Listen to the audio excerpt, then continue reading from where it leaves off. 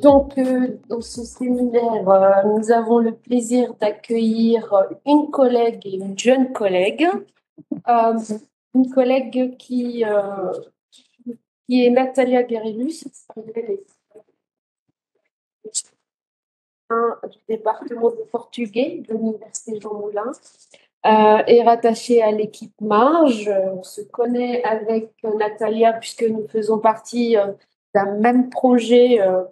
Orco 2C, j'ai pu dire le sigle, mais en fait, il s'agit d'un projet sur les connaissances et des approches aussi historiques qui interrogent les notions, les concepts de colonial, décolonial, postcolonial. Mais voilà, l'intervention de Natalia précisera. Et il y a un heureux hasard, c'est qu'en fait, Natalia on a échangé de façon complètement fortuite sur un intérêt sur un même objet qui est l'édition et elle expliquera tout à l'heure pourquoi. Et elle a eu aussi une expérience similaire avec la chaire écriture numérique et Marcello Vitali Rosati.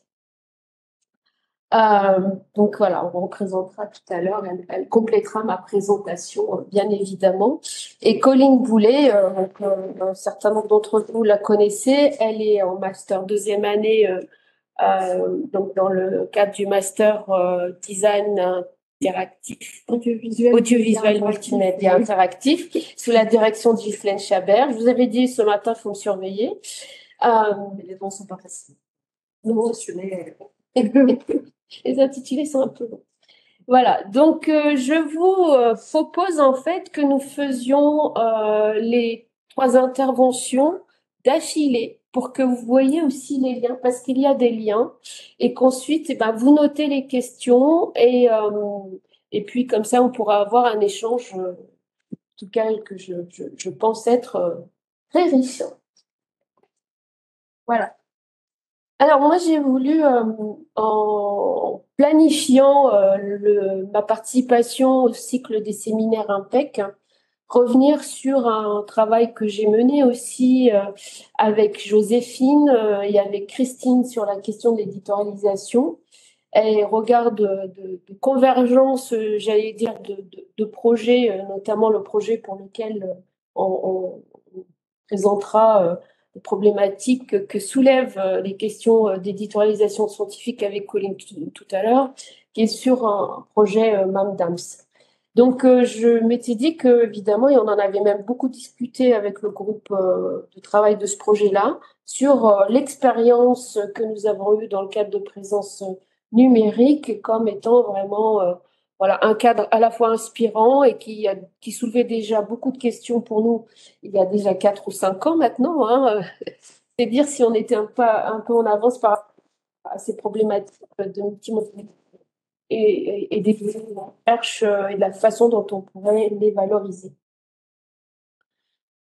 Alors, je démarre fort avec un titre qui est en anglais et qui renvoie en fait à un ouvrage, enfin c'est plutôt une section d'un ouvrage qui est sur le livre du futur, dont j'en parlais un petit peu tout à l'heure, de Brucker en 2014. Et on voit là que Frances Pinter amène aussi une réflexion sur le livre académique et les fonctions du livre en tant qu'objet, ce qu'elle appelle Book of the Future. Et on voit bien que ce qui est mis et souligné dans le cadre de cette réflexion qui a été menée dans cet ouvrage, c'est sur les infrastructures de la connaissance.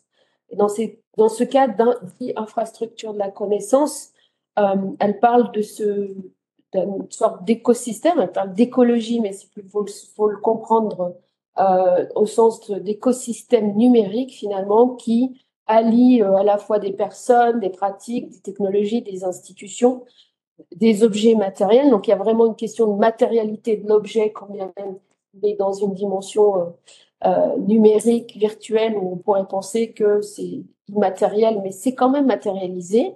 Et puis, ça s'inscrit aussi dans le cadre de chaque discipline.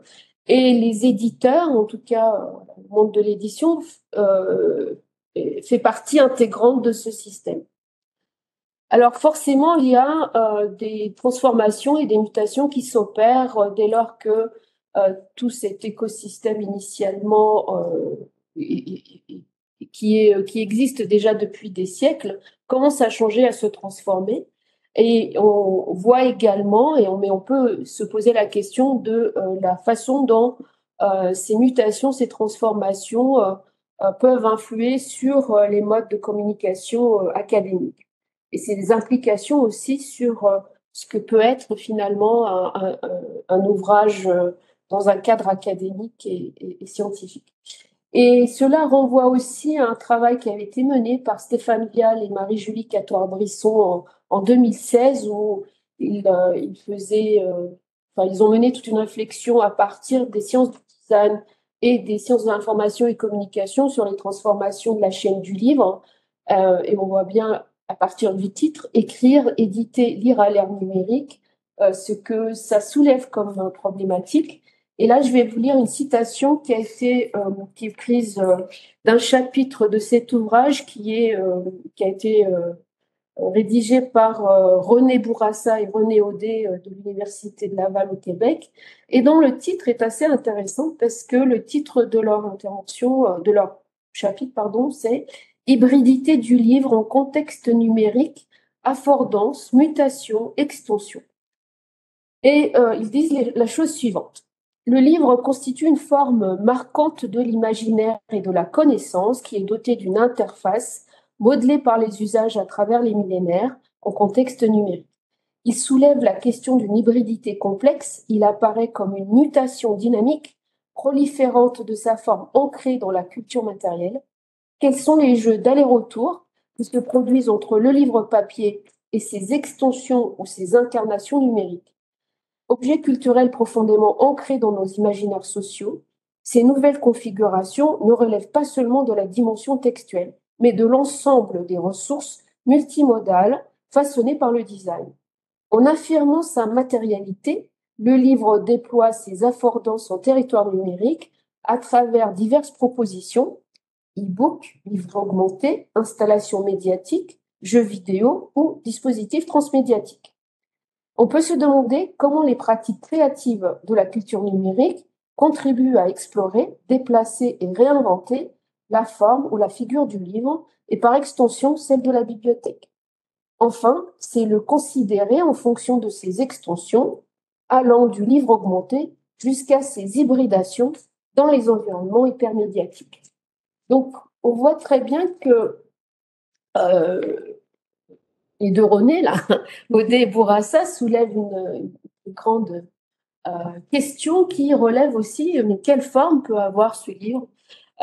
Mais pas uniquement sur la forme, il y a aussi sur la manière de les envisager et aussi la question de l'écriture numérique.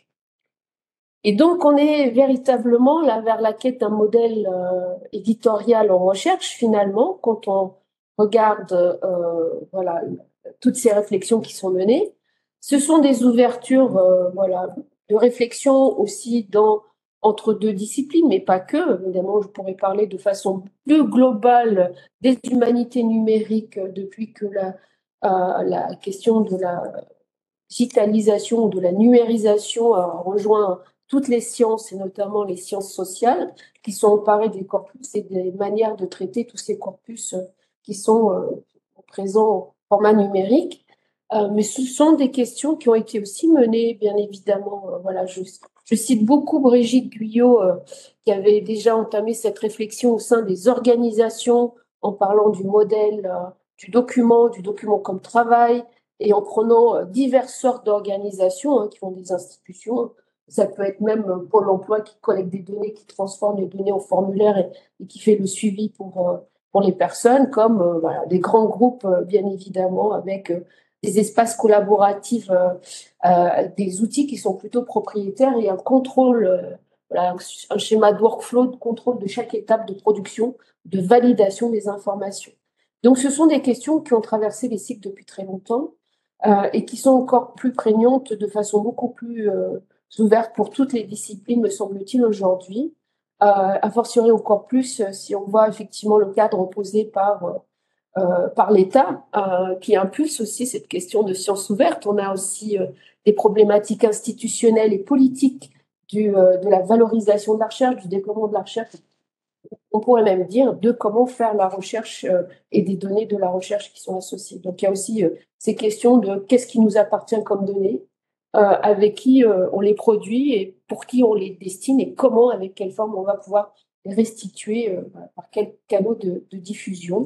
Il y a eu effectivement, à côté de ça, une appropriation aussi des outils du Web 2 par des scientifiques.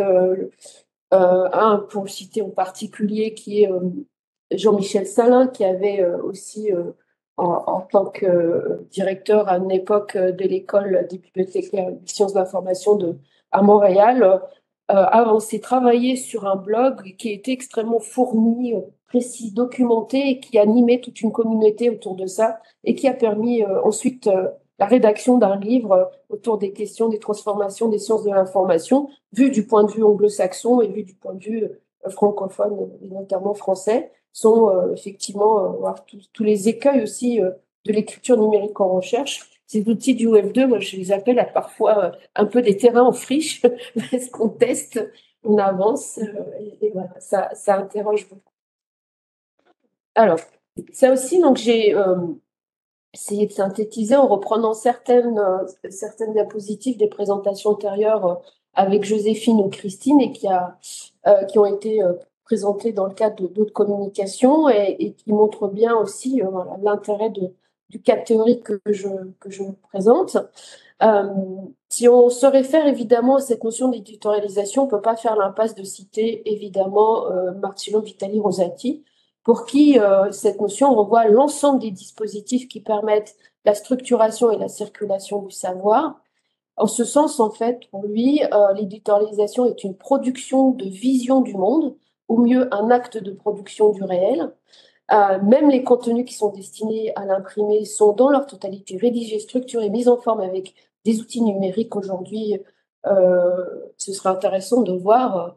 En fait, on continue à prendre des notes, format papier, mais c'est pas ça qui est publié. On va passer par des outils pour pouvoir le publier, mais rien effectivement d'interdit le fait enfin, je parle d'interdiction, c'est plutôt est-ce qu'on s'autorise aussi à avoir des usages multiples et pas avoir des usages prescrits par un cadre de l'organisation sociale du travail, de certaines sociabilités qui passeraient que par la technique, par exemple.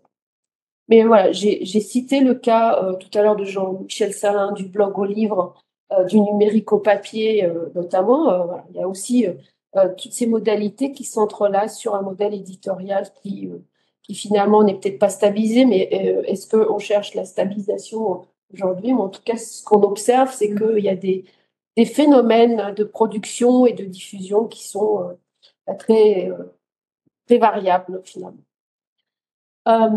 Tout ça renvoie aussi à ce que je viens de citer, à cette notion d'écosystème. J'aime bien la définition de René Bourassa, pour qui, en fait, l'écosystème numérique participe de l'expérience du design. Alors, c'est aussi l'ADN Science du Design de René Bourassa qui fait qu'on parle d'expérience. Hein. C'est aussi la question du sensible et comment, sans doute aussi, retranscrire cette question du sensible et de l'expérience de l'individu à travers les potentialités de la technique, ou en tout cas ce que la technique permet, ou les potentialités de ces techniques permettent dans ce cadre de diffusion. Donc elle est vraiment dans la lignée des travaux de Drucker sur le livre du futur, et en même temps aussi les travaux qui ont été menés par Evelyne Broudou et Gérald Cambellec sur lecture et écriture, écrit-lecture, qui me semble aussi intéressant à voir. On écrit pour être lu et on a aussi toutes ces formes d'écriture-lecture permanente qui sont aussi une forme d'espace d'exploration des annotations tout en les liant, puisque quand on parle d'annoter, c'est qu'on rajoute aussi d'autres choses. Donc on lit et on écrit par-dessus. Je vois Nathalie qui me dit oui de la tête. C'est co-écrire, tout à fait.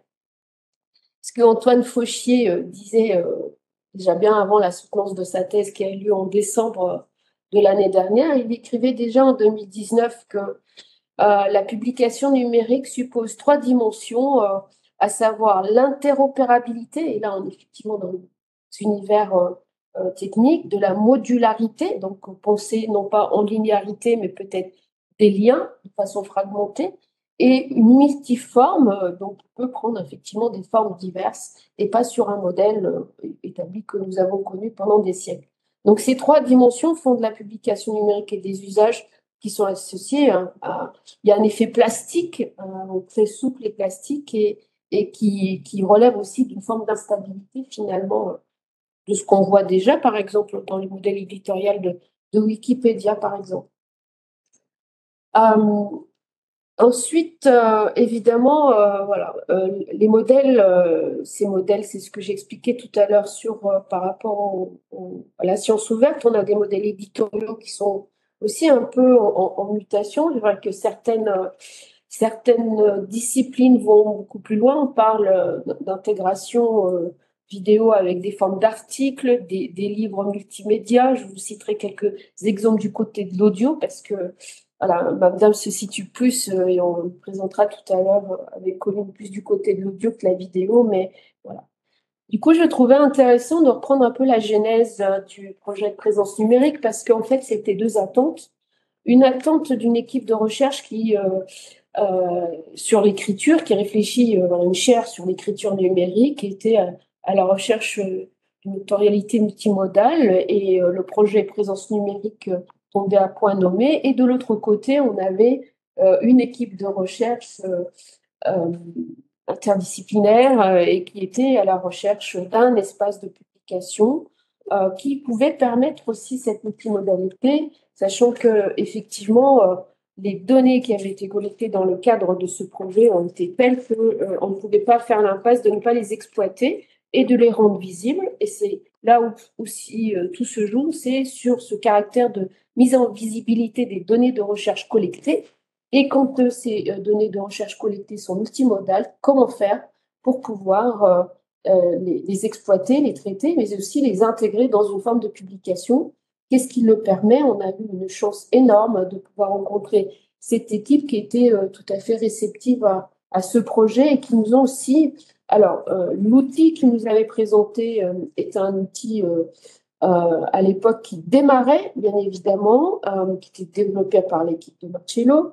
Et nous, on avait déjà écrit, en fait, rédigé sur du Drive. On était tous un peu, voilà, à l'utilisation de ces espaces ouverts qui nous ont permis une forme de collaboration, vu voilà, la présence de l'équipe sur un territoire géographique assez large.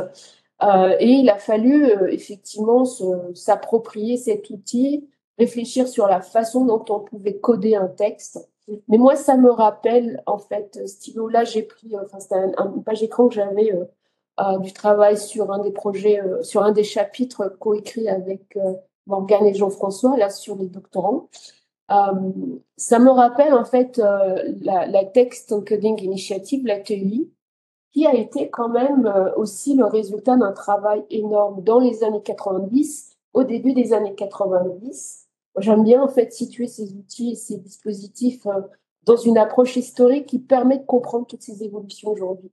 Et à l'époque, les chercheurs avaient besoin de pouvoir annoter collectivement le texte et il y avait, voilà, ça vient aussi avec un langage qui a été développé dans les années 70, le SGL, le Standard Markup Language. Donc, on voit bien que du SGL, on arrive au XML aujourd'hui et compagnie, mais il y a eu tout ce parcours d'encodage de texte pour les sciences humaines et sociales, et on ne répétera jamais assez qu'il y a eu un travail, pour moi, remarquable pour l'époque, avec aussi inclusion des corps professionnels pour pouvoir définir le document, les métadonnées, enfin, de façon très conjointe, et puis intégrer les évolutions du document et dans le cadre de la métadonnée associée au document, et ainsi de suite. Donc, on part effectivement avec un héritage, c'est comme ça que je le considère, des travaux qui ont été menés auparavant et qui nous permettent aujourd'hui voilà, de travailler ces questions. Alors, Stylo, c'est en Markdown, c'est aussi plus simplifié, on peut se familiariser sans trop de problèmes avec cet outil. Et cet outil aujourd'hui fait partie de l'offre des maisons des sciences de l'homme, de la MSH en tout cas à Lyon, elle est incluse dans cette offre d'édition. On en parlera plus tard. Alors, pour pas traîner et laisser un peu par les autres animer, suivre un truc comme ça, on a encore un peu de temps. J'en viens évidemment à la concrétisation de ce travail fabrique de l'interaction parmi les écrans. Et ce qui est intéressant, c'est que on voit bien évidemment la vidéo, les outils, tous les artefacts qui sont présents, et le technicien qui est aussi en train de filmer de l'autre côté au bout de la salle. Mais ce qui est intéressant, c'est de voir aussi qu'une fois que cet ouvrage a été écrit, édité, travaillé avec Atelier de Sens Public, on est passé à un autre cap qui est aussi de dire est-ce qu'on peut annoter? Parce que dans cette première rencontre avec l'équipe de Marcello, Christine et moi, c'était qu'on avait rencontré Nicolas Soré qui finissait sa thèse sur la conversation scientifique et sur les annotations. Et ça nous avait interpellés. Et on s'est dit, voilà, de fil en aiguille, pourquoi ne pas proposer, parce qu'on voulait des retours sur cette grande œuvre, n'est-ce pas? Et de si un ouvrage en ligne, un ouvrage scientifique, des résultats de recherche, on souhaitait avoir aussi de façon encore plus ouverte, on a poussé encore plus loin cette notion d'ouverture vers d'autres personnes qui pourraient lire et annoter. Donc, on a proposé, alors là, c'est de la notation à la conversation, mais qui n'est pas nouvelle. Je reviendrai sur l'expérimentation après avec la chaire écriture numérique.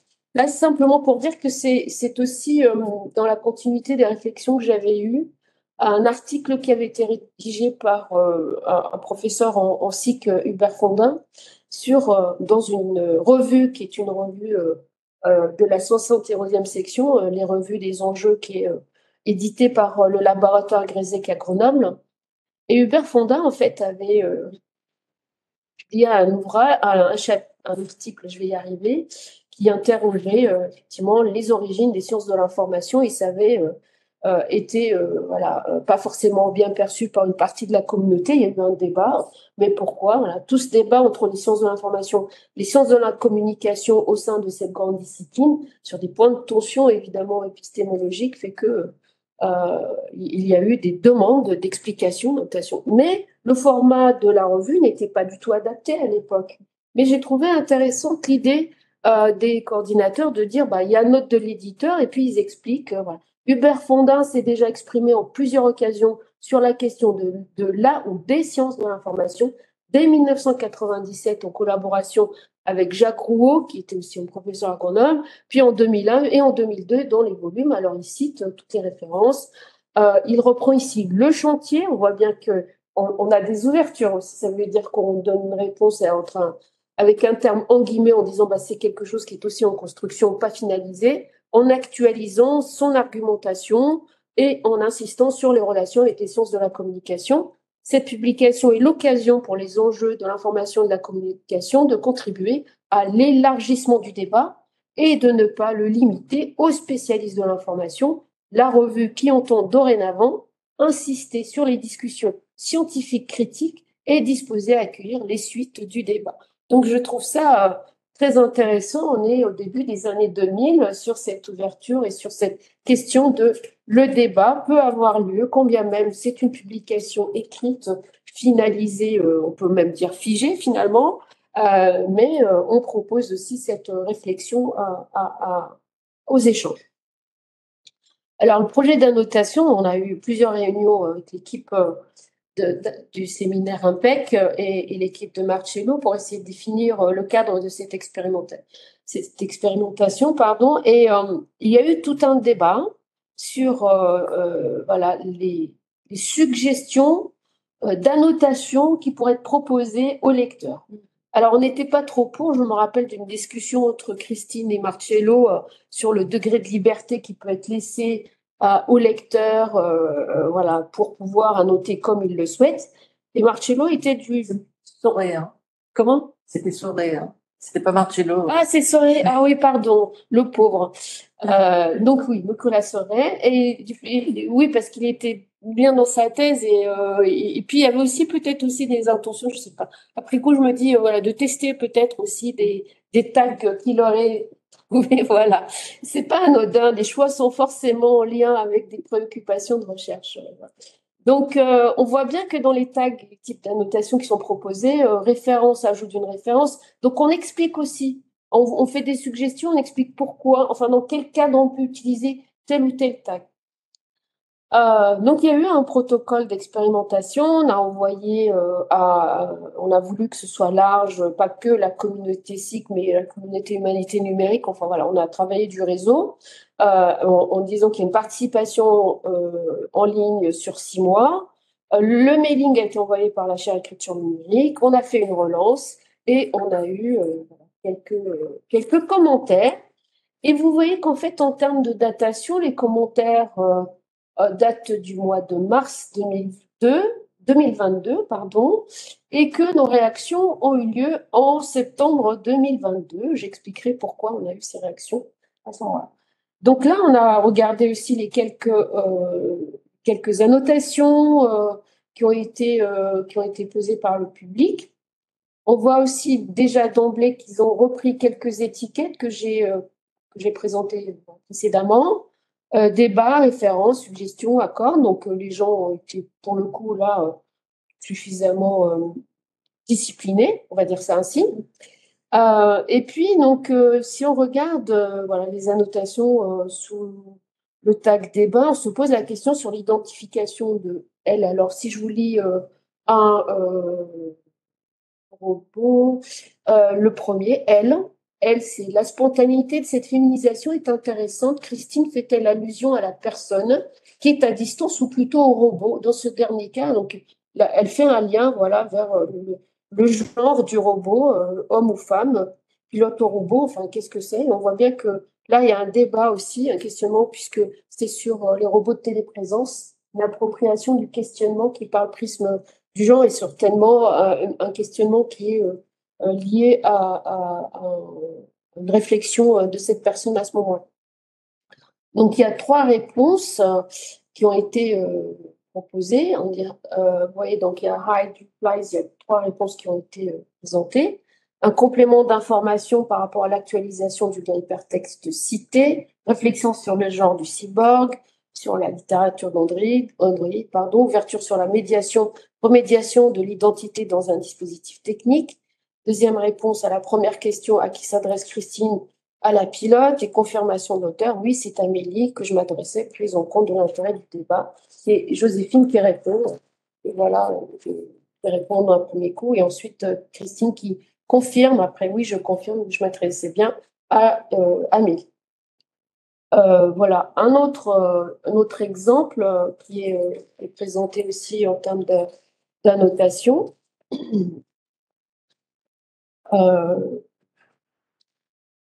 Donc, je vais passer à la suivante sur le bilan, en fait, qu'on peut tirer de ces annotations. C'était simplement pour présenter. Voilà. Donc, oui, il y a bien eu quelques annotations, il n'y en a pas eu beaucoup. Il a fallu aussi relancer. Donc, on a fait une analyse sur plusieurs niveaux, enfin, un bilan de l'expérimentation qui vont soulever 3 types de questions. Des questions scientifiques, des questions du design du modèle éditorial et des questions techniques. Sur des questions scientifiques, on peut se demander en fait, est-ce que selon les contextes, comment favoriser? Est-ce que c'est une lecture, des lectures commentaires, des lectures évaluations? On a senti parfois un flottement de la part des personnes en disant mais on fait quoi de cette proposition d'annotation, d'un positionnement? Quelle pérennité de ces annotations? Elles vont rester ou pas? Donc on voit bien qu'elles restent. Et puis aussi quel objectif, dans quelle visée? Une visée scientifique à long terme, pédagogique à court terme, par exemple. On peut aussi, ça peut être une source, puisque c'est en ligne, ça peut être exploité de façon pédagogique. Comment et qui solliciter à la relecture? Évidemment, comité de relecture ciblé pour chaque titre. Est-ce qu'il faut un modérateur de ces annotations? Voilà.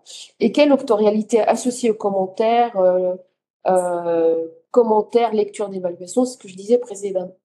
Ensuite, sur le point de vue design du modèle d'annotation, comment mettre en visibilité l'actualité des commentaires qui sont différenciés des archives dans la marge droite de l'écran? Est-ce que, voilà, on a déployé, compilé, déployé, donc enfin, on a, voilà, une forme de lecture un peu comme le modèle conversation que nous avons aussi dans la messagerie, qui n'était pas du tout il y a 10 ans sous ce modèle-là. Et on voit qu'en fait, il y a une généralisation du modèle conversationnel d'un point de vue éditorial sur la communication par écrit.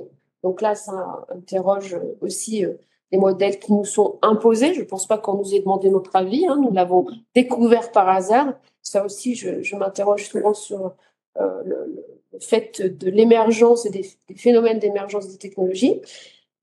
Et puis, comment désigner les poseurs d'annotation, enfin, on les a appelés un peu comme ça avec Christine, en mettant des points, des guillemets, pardon. Est-ce qu'ils sont relecteurs, est-ce qu'ils sont critiques ou est-ce qu'ils sont simples lecteurs? Quel statut, en fait, peut-on leur donner? Peut-être qu'il n'y a pas lieu de leur donner un statut spécifiquement, puisqu'on a dit que c'était ouvert, et peut-être que l'expérience amènera aussi avoir des profils de personnes qui annotent. Je les appellerai des annotateurs, et on pourrait qualifier leur profil au bout d'un certain temps. Voilà. Donc, c'est des fonctionnalités. Alors, on voit bien sur le décalage temporaire de la mise en ligne qui a été voilà, faite auparavant, les annotations au mois de mars, et on s'en rend compte que au mois de septembre, parce qu'on s'est dit, mais mince, on n'a pas d'alerte, en fait, on n'en a absolument pas. Preuve qu'en fait, on n'a pas poussé la technique jusqu'au bout. En tout cas, les potentialités de la technique qui font qu'on est tellement dans ce écosystème aussi surchargé, nos cerveaux surchargés, que la question de l'attention qu'on a beaucoup travaillé dans le cadre de présence numérique pourrait être aussi, à mon avis, déployée sur ces questions d'éditorialisation scientifique au regard de l'attention nécessaire pour lire, comprendre, décrypter, annoter. Donc, il y a tout un travail interactif finalement avec ces interfaces. Et moi, je m'interroge effectivement aussi sur ces questions d'écriture interactive. Peut-être qu'il faut les repenser à l'aune aussi des problématiques de valorisation des données de la recherche et de la publication scientifique. Et du point de vue des acteurs, bah, l'évolution de la conversation scientifique ouverte, open, devrait aussi sans doute se co-construire à partir des réflexions et des retours des scientifiques et des concepteurs de plateformes et des enseignants et des formateurs, puisque on les destine, on a tous des multiples casquettes. Mais dans cet univers académique, il me semble intéressant de travailler un peu voilà, cet écosystème un peu à la mode Edgar Morin, c'est-à-dire de la reliance et de la mise en lien plutôt que du cloisonnement et de la séparation à la fois des casquettes. Alors, c'est sûr que ça rajoute de la complexité, oui, mais en même temps, peut-être que justement, face à cet univers éditorial complexe, en tenir compte, et c'est là aussi toute la force de la réflexion menée par Edgar Morin pendant des décennies, c'est de travailler la complexité, mais en visant il parle de simplicité, en fait. Donc, rendre simple ce qui est complexe, sans dénaturer ni le propos, ni les enjeux qui sont liés à ça. Et c'est ce cadre-là, et vous voyez que ce cadre est très riche, qui a amené un autre groupe de recherche à réfléchir là-dessus.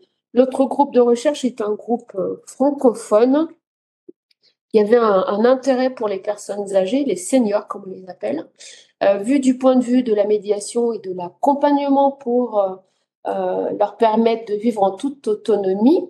Et vous voyez qu'en fait, rien qu'à la lecture des intitulés qui sont présents, voilà, que ça part de Montréal, on avait deux grosses entités, en fait, la faculté de médecine et réadaptation de Montréal et la Haute École de santé de Lausanne, et puis la chaire valeur de soins à Lyon 3, évidemment, et voilà, les sites qui sont tout autour et les sciences humaines et sociales qui sont également présentes, et les sciences du design. Donc, on a aussi tous les laboratoires qui sont présents ici. Donc, ce projet, il a été financé en 2020 par l'université, enfin la direction de la recherche de l'université Jean Moulin, pour constituer un réseau de chercheurs autour de cette question, puisque la santé est un axe fort de l'université, et que voilà, ce qui explique aussi la présence de la chaire valeur de soins, qui est copilotée par quelqu'un qui est en économie de la santé, gestion de la santé, et par un philosophe de la santé. C'est vous dire le langage interdisciplinaire sur ces problématiques du soin et de la valeur et du care, finalement, pour la personne. Bref. Donc, on a travaillé effectivement pour mettre en place un espace d'échange inter et transdisciplinaire avec un point commun qui est plutôt dans l'approche de la personne par rapport à la technologie, un intérêt pour le terrain, des questionnements éthiques et surtout une façon de penser la recherche et la circulation des savoirs scientifiques et professionnels. Alors, vous avez deux photos très sympathiques. Vous allez me dire, est-ce qu'on a réellement travaillé? Oui. En fait, la première est une photo qui avait été prise par Marie-Julie et qui était le premier séminaire en février 2020 qui explique qu'on est avant le confinement, quelques semaines avant le confinement. Et l'autre est en fait une photo au restaurant où il y a bien Natalia, preuve qu'on s'est rencontrés à ce moment-là, sur le dernier atelier qui est en décembre 2023. Entre-temps, en fait, la recherche s'est faite par temps de confinement et elle s'est faite aussi voilà, par ce temps de confinement avec ce qu'on a pu avoir tous comme espace de travail qui est voilà, mise en place des clouds, des visioconférences, etc. Mais c'est pas ça qui nous a réunis. C'est qu'en fait, on a constitué une sorte d'identité d'un groupe dans lequel, en fait, la réflexion intergénérationnelle, puisqu'on avait Christine, on a toujours Christine et Vincent, et puis on a des jeunes chercheurs et on a aussi des professionnels, Éric Bondard qui était présent, et tout ce beau monde travaille de concert à croiser voilà, les réflexions autour des méthodologies participatives pour pouvoir donner la parole à ces personnes âgées, voir comment les technologies, si elles sont implantées dans leur cadre de vie et en quoi elles peuvent répondre à leurs besoins. Comment ces personnes âgées se représentent la vie en autonomie et est-ce qu'on leur pose aussi la question de leur projet de vie et de quelle façon elles peuvent les vivre. Vous voyez que se poser ce genre de questions en plein confinement interroge, d'autant plus que le public qui était complètement impacté beaucoup plus que les autres était bien évidemment les personnes âgées, puisqu'elles ont été encore plus isolées. Pour autant, on avait quelqu'un qui travaillait avec un groupe de personnes âgées qui avaient pris voilà, un projet de vie en autonomie pour construire un habitat partagé, voilà, mais avec aussi des ressources financières qui n'étaient pas énormes, conséquentes, mais accompagnées par une structure publique. Mais le projet avait mis 10 ans et on voit qu'il y avait une étudiante de Master 2, un peu comme Colline aujourd'hui, qui les avait accompagnés. Alors, je vais très vite, mais je trouve que c'était intéressant parce que c'est dans la continuité de ce travail. Ce qui était voilà, au cœur des discussions, c'est raconter en tout cas l'objectif qu'on voulait par rapport au projet éditorial, raconter la recherche autrement. En contexte de confinement, comment se passe une recherche en contexte de confinement? Je crois que personne n'a vécu ça auparavant de façon aussi globale, voilà, à une échelle, enfin, de longue durée, une échelle mondiale. Resituer la logique de partage, comment c'est, est-ce que ça a favorisé l'interdisciplinarité, réincarner aussi le travail d'écriture avec d'autres types de formats de médiation de la science, qui me semble important. Donc, pareil, un peu à l'identique du modèle de travail initial de présence numérique du Drive avec des répartitions de répertoires bien ciblés, ça demande une organisation des données de la recherche, du management de l'équipe de travail de recherche, et puis aussi des archives, des données de recherche finalement qui se passent par évidemment un espace qui n'est pas un espace public, un espace propriétaire. Ça, nous interrogeons tous nos pratiques aujourd'hui. Et puis, vous voyez que finalement, on réexploite ces données, ces espaces, parce que c'est une telle facilité. Et on multiplie aussi les dispositifs, puisqu'on a des dispositifs de visioconférence comme on a aujourd'hui, et qui permettent aussi de travailler sur ces données, d'avoir à se poser des questions de gestion, de ressources d'accès, etc. Donc, beaucoup de ressources, des ressources qui sont à disposition, ce que Marie-Julie appelle la matière émotionnelle, parce que tout ce qui est inscrit finalement, qui est présent dans ces répertoires, ça relève aussi d'états dans lesquels on les a produits à l'époque avec toute cette dimension humaine qui est présente. La circulation des savoirs qui est aussi questionnée. Quel dispositif pour favoriser ces questions d'interdisciplinarité? Vous l'avez vu, qui sont très fortes, hein, des sciences médicales aux sciences humaines et sociales. Comment donner accès à l'intelligence de ces traces du projet collectif, pour qui? Et ça, la question de la cible, elle est très importante pour nous. Et puis, ce qu'il y a aussi réfléchi à une grosse discussion sur la pérennisation de ces données. Ça a donné lieu à une trame de travail qui a été designée par Marie-Julie Catoire-Brisson pour essayer finalement de se dire, bon, bah, on va tirer des fils à partir du destinataire, du médium sur des dessins, des textes, du son, de la vidéo, des hyperliens, sur des formats aussi de ressources, diaporamas, podcast, entretien filmé, et voir en fait travailler en groupe pour pouvoir faire sortir une vision commune finalement, et puis cette multiplicité des points de vue pourrait permettre d'avoir une ligne de conduite, un fil conducteur pour le projet éditorial. En incluant évidemment cette expérience d'usager, préciser l'expérience d'écrit-lecture proposée, comment souhaitez-vous écrire la recherche, avec quelles ressources est-ce que vous allez exploiter les PowerPoint ou pas, etc. Là encore, c'est tout le travail de réflexion qui a été mené avec Marie-Julie, qui a été présenté dans le cadre du séminaire Helico en janvier, où il y a Notion, en fait, voilà, deux autres plateformes qui permettent une autre forme d'écriture plus ouverte, ou EdgeDoc, qu'ils ont exploité avec Nicolas Sauret et Laurent Salard. Ça font en fait réfléchir sur que j'appelle moi quel est l'univers Lego qu'on va construire. Parce que pour moi, c'est un peu des briques. J'ai trouvé une métaphore, je l'ai trouvée intéressante parce que finalement, on va travailler sur un dispositif de transmédiation. Il va vraiment relier toutes ces traces d'écrits, de réflexion, de pensée, de son, puisqu'on a aussi enregistré nos échanges et qui me semble intéressant également à exploiter. Et là, je retrace en fait un interview, c'est un extrait euh, de Fabrique du numérique et pour lequel on interroge le rédacteur en chef. Et le journaliste lui pose la question, mais comme ils se connaissent, ils se tutoient, voilà pourquoi il y a le tu. Tu parlais de l'évolution de ce qu'il était possible de présenter. Les colloques vont de plus en plus vers une multiplicité entre captation vidéo, textuelle, d'ouverture à d'autres médias. C'est une question liée aussi à la valorisation de la recherche qui peut ou pourrait se faire autrement que par la publication d'articles scientifiques, par des discussions, des contributions qui viennent enrichir les démarches des chercheurs. Est-ce que c'est un questionnement pour toi? On voit que ça interroge.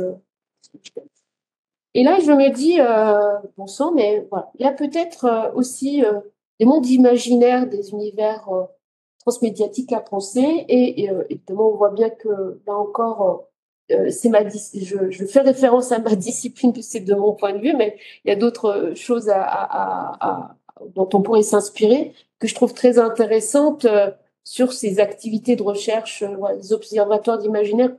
Qu'est-ce qu'on imagine comme livre demain? Vous voyez que ça fait référence au livre du futur de Drucker que j'ai cité tout à l'heure. Mais pourquoi ne pas tenir compte effectivement de ces formes multimodales du travail scientifique? Est-ce que alors évidemment, il y a la question de la légitimation de la connaissance scientifique qui a émergé, de la validation de ces données scientifiques. Il y a tout ce cadre d'épistémologie des sciences qui me semble importante. Pour autant, on voit aussi que l'univers académique et scientifique s'en empare. La preuve, l'Académie des sciences de l'Institut de France qui dit, bah, on a une collection de livres audio de l'Académie et qu'ils ont travaillé avec une maison d'édition qui s'appelle De Vive Voix. On a des livres audio directement présents, tout comme le CNRS Édition qui publie, c'est une petite thématique, la physique quantique, tout ce que vous voulez, hein, qui sont aussi présents. Et je trouve le design de ces des premières pages là, des ouvrages assez intéressantes parce qu'elles sont très aussi créatives. Et puis, encore une fois, je ne m'en tiens pas uniquement qu'à l'univers francophone. Je ne sais pas si vous avez eu l'occasion de voir sur certains ouvrages ou articles, hein, il y a une implémentation d'un lecteur audio directement sur l'article. Et on voit en fait que finalement, combien même on peut passer par un processus éditorial tout à fait classique, sans dénigrement évidemment de ma part, tout ce qui peut être classique, bien évidemment, mais j'ai trouvé intéressante. Alors là, au premier abord, on se dit pour quel usage? Évidemment, quand on entend, je pourrais vous faire écouter si vous voulez, mais c'est un peu une voix de robot, hein. Parce que en fait, c'est un lecteur automatique de texte. Et donc, on se dit, oui, pour qui ça peut être intéressant? Alors, est-ce que, effectivement, il y a des personnes qui sont malvoyantes et qui peuvent avoir besoin aussi d'avoir accès à cela. Mais ça peut être aussi le cas où on peut écouter, travailler, se dire cet article nous intéresse. Et vous voyez que en fait, je cherchais des réflexions autour de cette problématique de plateformes ou d'infrastructures qui permettent l'écriture, la publication, etc. Et je tombe sur cet article que je vous invite à regarder parce qu'il y a tout un schéma par rôle aussi.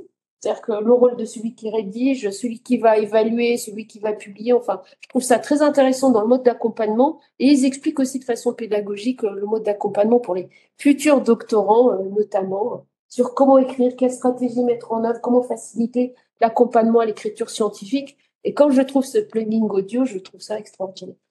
Voilà. Donc ça, c'était un peu ma trouvaille du jour. Je trouve intéressant. Et puis, voilà. Et promis, je vais finir dans 2 minutes, maxi. Et dans les perspectives, c'est aussi, voilà, je reviens à des questionnements du groupe parce que c'est un groupe qui génère beaucoup de questions. Beaucoup de questionnements sur la valorisation parce qu'en fait, il y a aussi une espèce d'attachement quand on parle de valeur émotionnelle dans les projets de recherche. Oui, parce que ce sont des expériences humaines à mon sens. Et si, a fortiori encore plus, elles concernent des personnes d'un certain âge et qui ont aussi, on estime être tout à fait en légitimité pour parler de leur vécu. Il y a aussi cette question de l'écoute des autres et notamment des participants à la recherche. Je me rappelle toujours de la remarque d'une collègue canadienne qui était intervenue dans le séminaire Mme Dams sur les méthodologies de la recherche participative et qui disait qu'elle est plutôt du côté du pilotage du management public, des questions de santé, des questions de sociale en fait d'accompagnement des personnes âgées et elle dit on en a fait beaucoup voilà on a étudié dans différents quartiers etc voilà la politique mise en place qui pourrait être mise en place pour mieux les accompagner au quotidien. Elle dit mais en fait nous faisons une erreur fondamentale en tant que chercheurs, c'est de considérer que les participants à la recherche auront droit à la restitution des données et de ce travail de recherche à l'issue du travail de recherche.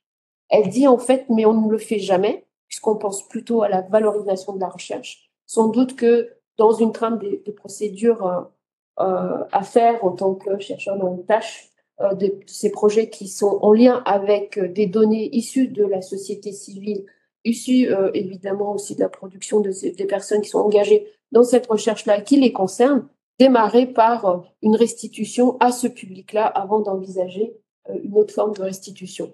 Donc, il y a temporalité, appropriation aussi de la communication sur ce projet, créer du commun, et là, on a vraiment créé ce commun-là dans ce groupe-là, permettre de manipuler, de modifier, et aussi des questions éthiques et politiques de la recherche qu'on a essayé de mettre en place de façon collective dans le cadre de ce projet. J'ai parlé d'intergénérationnel tout à l'heure. Qu'est-ce que c'est que l'écriture interactive? Est-ce qu'on peut écrire à plusieurs mains en même temps et l'écriture multimédia? Et il y a une question que posait aussi Marie-Julie sur l'IA générative. Concevoir ou produire, alors il y en a qui ont poussé le bouchon encore plus loin. C'est de rédiger un ouvrage sur cette question de travail à l'ère des IA génératives. Là, on a vraiment une technologie d'écriture, mais ils l'ont fait une part en tant qu'autrice. Elle est complètement fictive, et là, on est vraiment dans les imaginaires que j'avais évoqués tout à l'heure. Aurora Silver est une autrice fictive qui se consacre entièrement à l'écriture et à l'utilisation des technologies génératives pour créer des écrits. En 2023, elle co-signe le présent ouvrage, donc c'est eux qui l'ont fait. C'est assez extraordinaire. Et puis, je vous invite, il est sur la plateforme CAM, l'ouvrage en question. Il y a des endroits où on voit que c'est quand même l'IA qui a écrit. Mais c'est assez intéressant de voir cette multiplicité des auteurs et des co-auteurs fictifs mais on va l'humaniser, elle a un visage, voilà, elle a un nom, vraiment anthropomorphisme derrière. Et vous allez me dire, mais pourquoi est-ce que Mabroka nous met l'hypercard ici? En fait, ça m'a rappelé ce fameux logiciel que j'ai eu quand j'étais étudiante de maîtrise Infodoc à l'époque, et où on nous avait initié, en fait, on avait un projet d'écriture interactive avec ce fameux logiciel. Et je vous confirme que les ordinateurs qu'avait géré à l'époque, c'était bien cette tête-là que vous avez à l'écran. Mais c'était très intéressant parce que ça nous demandait d'écrire. Là, on est vraiment à la fin des années 90. On a l'habitude d'écrire de façon linéaire. Enfin, vraiment, il y a un protocole très clair. Et puis, tout d'un coup, on nous dit non, il faut penser des cartes, des liens, de l'hypertexte, etc. On n'avait pas encore été initié à la recherche documentaire sur Internet à l'époque, quelques mois avant, en fait. Et là, on se retrouve dans un autre univers à penser des parcours, à penser des images, à se demander ce que l'usager face à cette table interactive ou cet écran interactif pouvait avoir. Je trouvais ça formidable.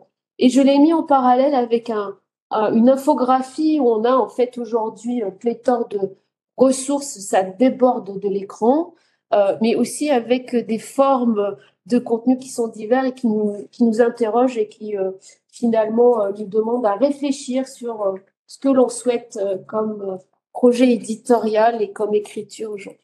Voilà l'état de ma réflexion. Merci beaucoup.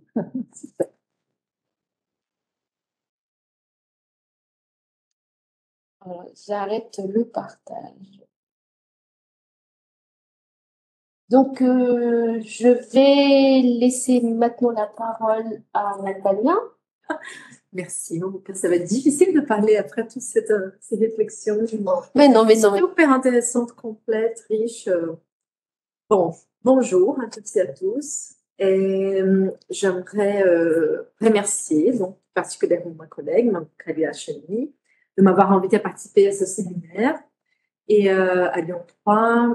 Et j'interviendrai dans un domaine différent de celui de vous tous, j'imagine, qui sont là, puisque je suis historienne de formation et je travaille dans un département portugais, donc au sein de la faculté des langues de Lyon 3, où je mène des recherches qui portent sur les croisements entre littérature et histoire. Donc là, pour parler un peu du contexte, Mabroka, elle avait déjà parlé rapidement, mais je participe à plusieurs projets qu'on mène au sein du laboratoire Marge autour des questions postcoloniales et décoloniales, mais entre les langues. Et ça, c'est la dimension vraiment différente de ce projet. J'en parlerai tout à l'heure. Et on a, donc, Mabroka a intégré l'un de ce projet, c'est OCO2C, mené par Christian Côte, qui est directeur aussi du laboratoire Marge, et où on essayait de penser à une représentation de ces connaissances, puisque depuis le début, on a commencé à réfléchir à cette circulation du postcolonial entre différents aires linguistiques en 2021, et on s'est rendu compte qu'en fait, on parlait pas la même langue, et ce n'était pas une question de langue, c'est une question de définition. Et donc, l'idée de OCO2C, c'est ce projet de Christian Côte où on s'est rencontré avec Mabroka, c'était de faire une représentation de cette complexité. Et c'était très, très difficile. C'est toujours parce qu'on est en train de l'établir. Mais en parlant donc avec Mabroka, je lui ai raconté que j'avais traduit vers le portugais. D'ailleurs, j'avais rencontré Marcelo dans l'un des colloques au séminaire, je ne me souviens plus, du projet du FRANAM de Marge, quand il est venu à Lyon. Et j'ai beaucoup, beaucoup aimé ce qu'il a dit, mais aussi ses doctorants qui étaient là, ou qui participaient en tout cas à ces projets en écriture numérique à l'Université de Montréal. Et donc, j'ai pu lire son texte pour une théorie de l'éditorialisation. Donc, il réunit plusieurs réflexions qu'il fait depuis... il a publié, je pense, en 2021, donc depuis au moins 2016, quelque chose comme ça. Et j'ai trouvé que c'était donc une réflexion plus mature, on va dire, depuis un moment. Et je lui ai proposé de traduire vers le portugais, puisqu'on a, dans mon domaine, l'histoire, une vraie émergence au Brésil de ce qu'on appelle de histoire numérique. Donc, c'est dans ce contexte-là que je prends connaissance du travail de Vitaly Rosati, qu'on parle avec Mabroka. Et donc, la question de l'éditorialisation telle qu'elle est argumentée par Vitaly Rosati m'intéresse surtout dans la partie où il pose des questions philosophiques, épistémologiques et politiques dans ce sens-là. Et il le fait dans tous les textes. Mais donc, c'est vraiment un point de vue c'est très intéressant, mais aussi, sous mon point de vue, il y a des questions aussi de eurocentré dans la réflexion, Oui. dont je parlerai peut-être tout à l'heure. Et j'ai pas eu l'occasion de lui dire, donc c'était... Non, il n'est pas là aujourd'hui. Mais bon. Mais ça serait intéressant, ça serait intéressant de discuter. Mais bon, afin de répondre aux objectifs de ce séminaire, je vais essayer. Donc, je donnerai l'exemple d'un des résultats de mon dernier projet de recherche financé par les dispositifs Bougeon de l'Université Jean-Moulin Lyon 3, qui s'est appelé, donc le nom était Silipo FR, pardon, non, FP, FP, Circulation de la littérature postcoloniale en portugais et en français. Mon objectif avec ce projet était triple. C'est un projet d'un an, donc c'est pas très long. Mais mon objectif était triple. Premièrement, constituer un corpus de documents ayant circulé en français et en portugais sur ce sujet, la question du postcolonial. B, former une équipe transnationale et transdisciplinaire, puisque le postcolonial est déjà, ce sont des études qui appellent déjà à une question transdisciplinaire. Pour des projets futurs autour de la thématique, l'objectif du dispositif Bougeon, c'est aussi de créer une équipe, une réflexion pour d'autres projets. Donc, ça, c'était mon deuxième objectif. Et le troisième, publier un livre, au départ un livre classique, imprimé, etc., avec des analyses qualitatives du corpus sélectionné. Cependant, en l'espace d'un an, seuls les deuxième et les troisième résultats ont pu être réalisés. Donc, c'est-à-dire former l'équipe et publier le livre. On n'a pas réussi à constituer le corpus et je vais vous expliquer pourquoi. C'est un corpus impossible sur ce terme-là. Circulation du postcolonial en français et en portugais. Donc, avant de parler plus spécifiquement de l'expérience de l'édition, que c'est ce que Mabroka m'avait demandé plus précisément, de la publication et du système d'annotation que nous avons utilisé dans notre livre Nativement numérique, je ne peux pas ignorer les questions de nature culturelle et linguistique. Donc, j'aimerais vous parler pendant 12 pages, ça va durer 5 minutes, mais c'est dans la base de notre réflexion sur l'usage ensuite du. Donc, tout d'abord, il faut savoir que le projet visait donc à répondre à une question posée par des collègues du laboratoire Marge, Christian Côte et Jean-Pierre Fleur-Lugolo, qui qui étaient jusqu'à ce moment dans les débats sur le postcolonial en langue française et en langue anglaise. Donc, la question était comment la littérature postcoloniale circule-t-elle entre différents systèmes linguistiques? Cette question n'est pas nouvelle. On a Jean-Marc Moura, par exemple, qui a initié ces réflexions à la fin des années 90 sur la littérature postcoloniale francophone. Il posait déjà cette question par rapport au croisement entre les langues et ce que ça pourrait donner. En tant que membre de l'équipe, mon rôle était d'essayer de répondre à la question à partir de mon expertise dans l'étude des cultures et de variantes de la langue portugaise. En ce sens, il est très important pour moi de parler un peu de cette langue puisqu'elle est considérée langue rare en France, même si c'est la 9e langue la plus parlée dans le monde. Mais c'est important de donner de compter quelques données pour que vous puissiez comprendre l'impossibilité de dialoguer sur le terme postcolonial. Donc, il est important de savoir que 9 pays dans le monde aujourd'hui ont actuellement le portugais comme langue officielle. Donc, on ne parle pas d'un attachement à la francophonie, par exemple, dans le cas où il y a 88 pays qui n'ont pas forcément le français comme langue officielle. Là, je parle de pays qui ont le portugais comme langue officielle, c'est-à-dire des anciennes colonies du Portugal. Donc, bien sûr, le Portugal, le Brésil, l'Angola, le Mozambique, la Guinée-Bissau, la Guinée équatoriale, qui a 3 langues officielles, São Tomé et Príncipe, le Cap-Vert et les Timor oriental, ainsi que d'autres domaines comme Macao en Chine, Damandiou et Goa en Inde, Malacca en Malaisie, l'île des Fleurs en Indonésie, Batticaloa au Sri Lanka et les îles ABC dans le Caraïbes. Donc, on est dans tous les continents. Le portugais compte environ 290 millions de locuteurs natifs de portugais, dont 215 millions, soit 74%, sont au Brésil. Donc, comme vous le verrez, la question linguistique a été le défi le plus important pour la réalisation du projet Silipo-FB. Les lusophones, comme on appelle les gens qui ont le portugais comme langue, comme l'une des langues ou la langue principale, comprenaient au moins et ou parlaient toutes les autres langues du projet, c'est-à-dire l'espagnol, le français et l'anglais. Mais l'inverse n'était pas possible. Personne ne parlait portugais. Donc ça, c'était déjà une question pour la communication. On devrait toujours parler ou français, notamment, franchement, en général, le français. Donc, qui a dû donc changer, le nom du projet, CILIC-OFP, a dû changer de nom en conséquence de cette question linguistique que je parlerai tout à l'heure.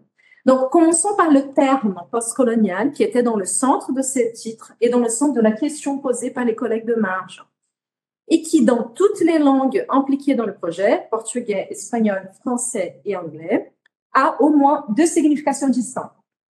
Chronologique, donc se référant à la période qui suit n'importe quelle colonisation, non, c'est pas n'importe quelle colonisation, deux types de colonisation plus spécifiquement, celles qui ont eu lieu au 19e siècle dans les Amériques, à la fin de la colonisation, et au 20e siècle dans les cas asiatiques et africains.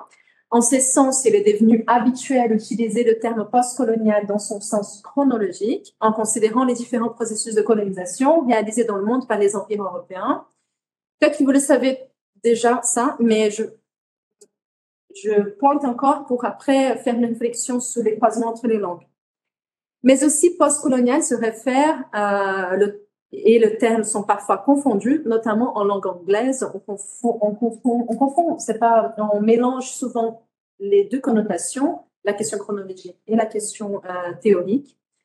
Donc, il fait référence aussi aux études postcoloniales, dont l'origine est souvent attribuée à la publication de livres tels que Orientalisme de Arsaïd en 1978, mais aussi en référence à des auteurs liés au Subaltern Group anglais à peu près à la même époque.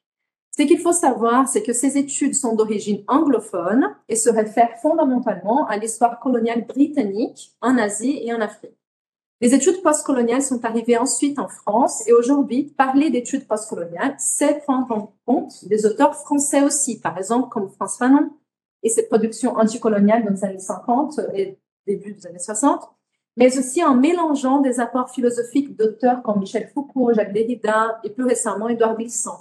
Donc, quand on parle de postcolonial avec des collègues francophones et anglophones, il y a cette structure commune autour de certains noms et références. Edward Said, mais aussi les Subaltern Groups, Gayat et Spivak, et les Français, Michel Foucault, Jacques Derrida, qui ne sont pas postcoloniales à son époque, mais qui rentrent dans cet ensemble. Donc, il y a une compréhension. Il n'y a pas de référence lusophone ou hispanophone. Donc là, on a déjà une question. Au début, ce fut l'un des premiers problèmes que j'ai rencontrés lors de la création de l'équipe multinationale, une fois que la théorie postcoloniale ne traite pas de l'histoire coloniale à partir du cas portugais. Dans ce sens, un autre groupe intellectuel a été mis en avant par des collègues brésiliens, portugais et français qui travaillent sur les pays de langue portugaise, en particulier, c'est ce que j'ai dit, notamment ceux qui travaillent avec les Amériques aussi, les francophones qui travaillent sur les Caraïbes, on en parlait aussi. Il s'agit des études décoloniales, un ensemble de textes et de réflexions développés par des intellectuels latino-américains, mais principalement d'origine hispanique, de langue, espagnole, mais dont beaucoup travaillent dans les pays anglophones, réunis autour du groupe Modernité-Colonialité. Donc, on a des intellectuels hispanophones qui produisent la plupart dans un contexte anglophone. Et c'est pour ça qu'on les connaît d'ailleurs, parce qu'on les lit en anglais. En ce sens, il est important de différencier les études décoloniales des processus politiques de décolonisation. Et donc, quand on pense au vocabulaire, on a eu déjà, c'est le premier problème qu'on a eu, quand on a réuni les équipes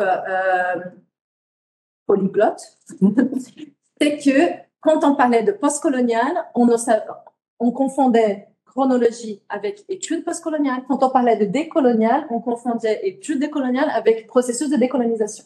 Donc, où on précisait à chaque fois, où on ne se comprenait pas du tout. C'était une cacophonie totale. Parce que les principes sont très, très différents. Et ne pas seulement du point de vue de la langue, à l'intérieur de chaque langue, on va avoir des discussions différentes aussi. Par exemple, les études postcoloniales dans les Amériques, ils sont souvent associés à des études, par exemple, universitaires qui travaillent avec la langue anglaise. Et donc, rarement, on va avoir l'application des études postcoloniales sur un document, sur des sources, par exemple, brésiliennes. Mais certains mots qui sont propres aux études postcoloniales, par exemple subalterne, vont être opérationnalisés au Brésil, par exemple. Mais c'est des mots, on ne va pas se filier aux études postcoloniales forcément. Donc, et dans les cas anglophones, c'est un parti pris. C'est les études les plus importantes aujourd'hui en sciences humaines, c'est établi, c'est... Donc, il y a eu une grande difficulté de ce point de vue. Et donc, l'importance des études décoloniales est due à leur critique politique des études postcoloniales, ainsi qu'à l'inclusion de l'Amérique latine et des colonisations du XVIe siècle dans les discussions sur la colonisation et ses conséquences. Cependant, un problème subsiste dans le cas du projet Silipo. Les études décoloniales n'incluent pas les auteurs lusophones, même s'ils incluent l'Amérique latine, dans ces groupes d'origine, mais plutôt des intellectuels bilingues, hispanophones, francophones et anglophones. Donc, on avait une question qui jouait, quand on avait nos réunions de groupe, qui jouait dans des questions identitaires entre le monde. Et donc, on ne va pas utiliser cette théorie parce que ce n'est pas la théorie qu'on applique ici au Brésil ou ici au Portugal. C'est une différence anglophone, c'est une référence hispanophone. Donc, c'est dans ce sens que nous avons décidé de changer les titres du projet et le nom qu'on a choisi pour faire communiquer, parce que ça, c'était le but du projet depuis le début. C'était colonialisme et colonialité, donc pas les études, ça a été fait après ni l'idée chronologique, mais une idée plus large. Toutes les colonisations et toutes les formes de colonialité, donc le titre colonialisme, colonialité, théorie et circulation en français et en portugais. Et là, j'aimerais partager avec vous, du coup, le livre qu'on a donc réalisé et qui a porté donc ce titre et pas Silipo FP comme c'était au début. J'aimerais tout l'écran.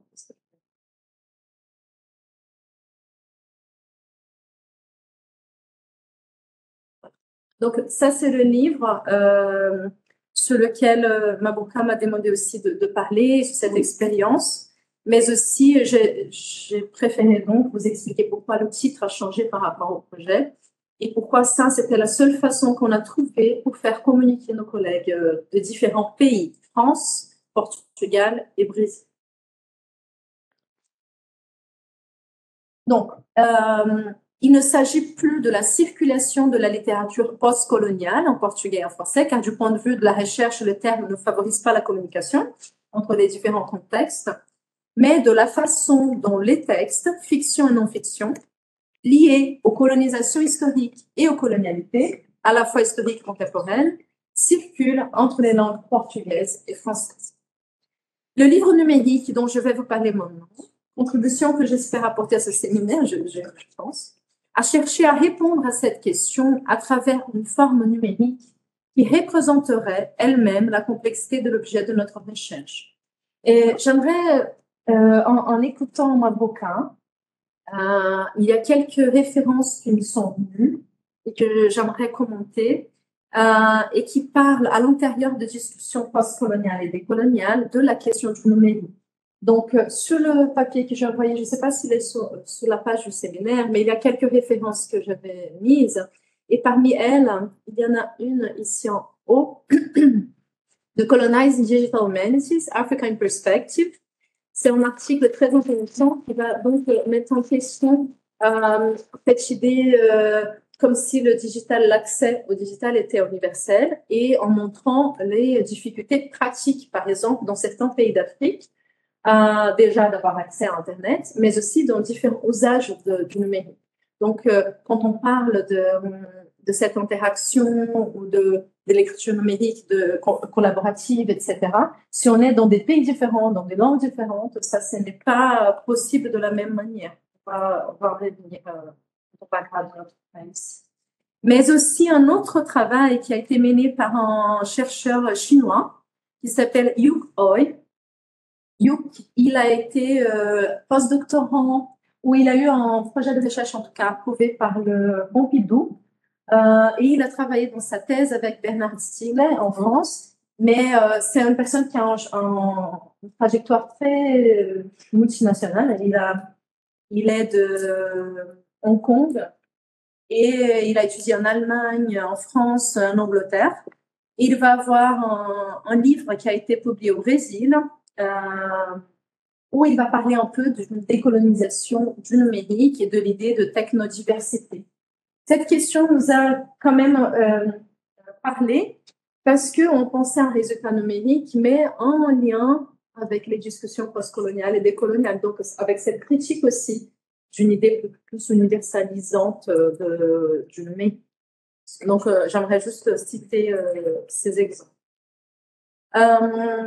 C'est pourquoi donc l'ouvrage a été rédigé collectivement, y compris d'un point de vue technique et éditorial. Donc, on a eu la participation de 14 chercheuses et chercheurs de 12 universités du Brésil, du Portugal et de France. Entre hommes et femmes, on a essayé de trouver aussi cet équilibre. Les traductions ont été réalisées par une collègue chercheuse franco-brésilienne, normalienne, docteur en littérature comparée, donc qui connaissait les sujets, mais les deux langues très, très bien, complètement bilingue. Et moi-même aussi, j'ai fait quelques traductions. La conception et la réalisation du projet numérique ont été assurées par le développeur français Antoine Fauchier, que Mabroka a mentionné ici, titulaire maintenant donc d'un doctorat en littérature numérique par l'Université de Montréal et spécialiste de l'écriture nativement numérique, et la web designer franco-portugaise Amélie Dumont, spécialisée dans les logiques, dans des logiciels libres et l'écriture nativement numérique. Les illustrations que vous voyez ici ont aussi, donc, du point de vue esthétique et du design, c'était important pour nous de faire parler aussi ces différentes cultures, traditions, etc. Donc, les illustrations étaient réalisées par un artiste brésilien, Roberto Rosa, à partir de références artistiques qui font référence aussi aux articles dans les 3 pays. Côté édition, nous avons également bénéficié d'un partenariat avec les qui a été pas encore imprimé, mais c'est le but, ainsi qu'avec le laboratoire Marge et la MSH Lyon-Saint-Étienne. En d'autres termes, pour la composition des équipes impliquées dans la publication du livre, qu'il s'agisse des auteurs, des éditeurs ou des développeurs, la question linguistique était fondamentale pour que l'objet numérique puisse être créé d'une manière qui répond au projet de recherche. C'est pourquoi nous avons également opté pour un livre bilingue. Et ça, c'était notre plus difficile décision, non parce que c'est logique de le faire bilingue, mais parce que pour la notation, on a créé aussi un problème au moment de choisir le côté bilingue. Donc, d'un point de vue plus technique, moi, j'ai travaillé directement avec Antoine Fauchier et Amélie Dumont pendant près d'1 an, après les rendus des textes et de leur traduction, en utilisant la plateforme GitLab, disponible à maintenant, avec les soutiens de la MSH de Saint-Étienne. Mon rôle était exclusivement textuel, éditorial, mais dans le sens du texte. J'étais responsable de la lecture, de la révision des originaux, des traductions et de la mise en place des normes éditoriales choisies pour le projet. GitLab m'a paru très facile à utiliser du point de vue de l'édition des textes, qui étaient ensuite validés, mis en forme et placés sur la page web mise en place par Antoine et Amélie, et publié sur Infomaniac, celui qui m'avait conseillé. C'est où nous avons créé le domaine et les sites web. C'était mon cher, c'était bref, c'est lui qui m'avait conseillé. Comme je suis pas spécialiste de ce côté-là, c'est difficile pour moi d'utiliser les bons mots. Non, mais pas de souci. J'espère ne pas être trop. Non, ça va. Bon, cette dynamique a permis à Antoine donc passer par GitLab, de vérifier que je n'avais pas modifié le paramètre du texte de point de vue de l'édition numérique avant de le publier sur le site. L'idée d'utiliser un outil d'annotation a toujours été présente dans le projet, car je connaissais cette expérience à travers le projet Writing History in the Digital Age, dont je vais vous montrer ici parce qu'elle est toujours en ligne, publié en 2013, mais leurs travaux ont commencé en 2011 par les presses de l'Université de Michigan. Vous voyez que pour au niveau du design et tout, il est déjà bien daté, on voit le son. Mais c'était le premier livre nativement numérique dans en langue occidentale, du coup. Je ne sais pas si en Chine, ils ont fait quelque chose avant, mais en tout cas, on connaît ça. Les 2 auteurs ont produit ce livre afin de pouvoir discuter avec leurs collègues de l'époque des différentes questions liées à la pédagogie, à l'enseignement et à la recherche historique à l'ère numérique. Et la méthodologie, donc, consistait à solliciter de textes courts sous forme d'essais auprès des collègues américains travaillant dans cette perspective. Le livre a été ouvert aux commentaires en ligne, invitant les collègues à commenter pendant 2 ans, jusqu'en 2013, date à laquelle 2 versions ont été établies, l'une imprimée et stable, et l'autre en ligne, toujours disponible sous forme de site web. C'est la page que vous voyez ici. Donc, on peut acheter la version de 2013. Donc, la version de 2013 est déjà une version qui a été reformulée par rapport aux commentaires réalisés pendant 2 ans. Donc, ils ont stabilisé cette version, mais ils ont laissé la version web à partir de 2013 pour continuer le commentaire. Voilà. Ils ont choisi de faire par ces étapes-là. Nous avons choisi donc de réaliser également les 2 versions. Donc, on a fait aussi une version imprimable et la version pour les commentaires. Je lis rapidement les instructions qui apparaissent dans ce livre américain sur leur site web. Donc, sur la page, je vais vous mettre le How to comment. OK.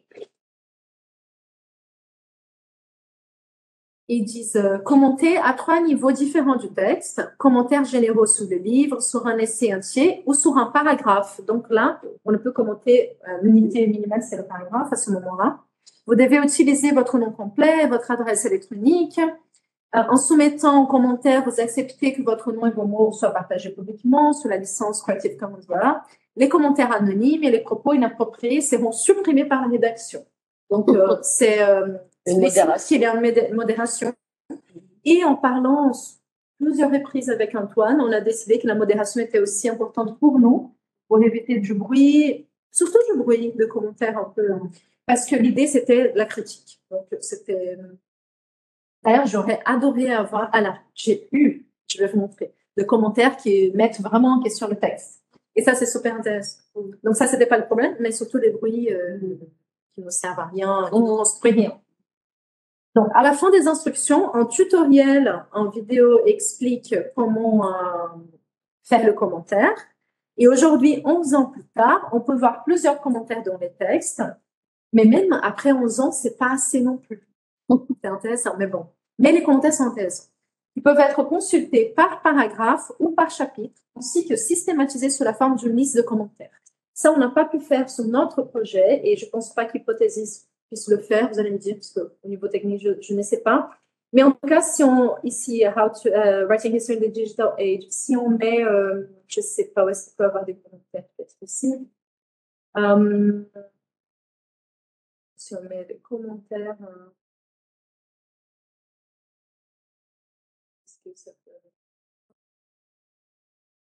Oui, on peut voir la liste de commentaires. Ça, on n'a pas pu faire avec notre livre. Donc, on peut pas faire ça, voir que le commentaire en format de liste et où il va. Et je trouve ça intéressant ici. Si on veut, voilà, faire une analyse que des insertions. Ça, on n'a pas fait. Et donc, il y avait ça depuis 2013 dans ce livre.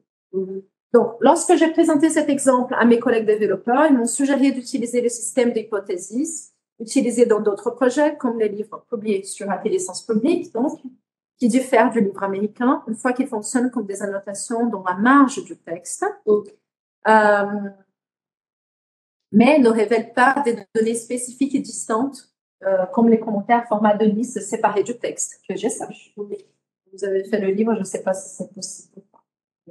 Bon, il s'agit toutefois d'un système gratuit et plus simple, donc l'Hypothesis, qui nous permettrait d'atteindre l'objectif principal du livre. Et là, je pense que c'est la vraie différence, ou une grande différence par rapport à j'ai eu une discussion avec Ochandiano, par exemple, à la BU à ce propos.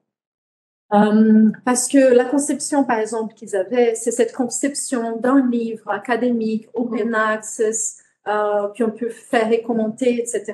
Et notre objectif était surtout utiliser cet objet, ce livre, pour créer un réseau. C'est ça notre objectif. Créer un réseau de chercheurs et de chercheuses qui s'intéressent au croisement entre ces 2 langues. Et ça, c'est rare. Et donc, source thématique, postcoloniale et décoloniale. Et on apprend plein de travail sur la circulation des livres, sur la circulation des gens, etc. Mais là, on est sur une thématique qui mélange idéologie, critique, épistémologique. Donc, ce sont d'autres questions. Donc, l'objectif du livre était de créer le réseau. À tel point que les textes qui sont publiés ici, ce sont des textes pour créer des réseaux. C'est ce qu'on a demandé aux auteurs. Par exemple, il va y avoir des auteurs ou autrices qui ont choisi des textes qui étaient déjà publiés, qu'ils ont réduits et transformés dans un langage plus simple pour qu'ensuite on puisse envoyer à des gens spécifiques qui s'intéressent à ce sujet pour essayer d'écrire en compte. Okay. Donc, ce n'était pas une diffusion, par exemple, des résultats. Oui. C'est pas un retour sur la recherche qu'on avait fait. Non, c'était créer les réseaux pour ensuite mener à d'autres projets. Okay. Et en ce sens, ce n'est pas que le livre qui va nous donner, va nous rendre, comment dire, ce ne sont pas les commentaires seulement qui répondent à ce besoin de créer les réseaux. C'est en envoyant le projet par mail à des collègues que j'ai déjà les réseaux. Oui? Donc, le livre est juste un objet de contact. Non.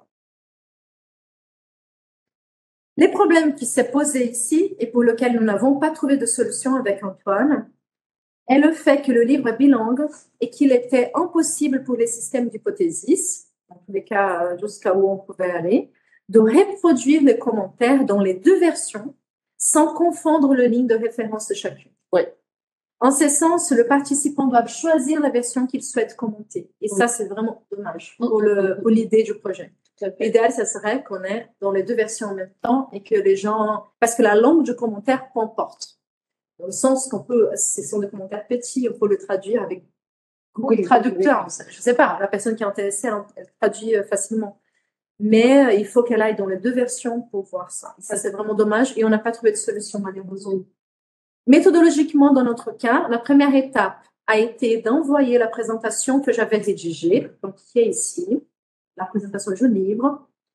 Vous allez voir que la présentation, son objectif principal, c'est bien sûr de décrire le projet, etc., mais c'est de motiver à commenter. Et là... Ah bah oui, on connaît l'interface là. Ouais, voilà. Donc, méthodologiquement, dans notre cas, la première étape a été d'envoyer la présentation que j'avais rédigée, celle-là.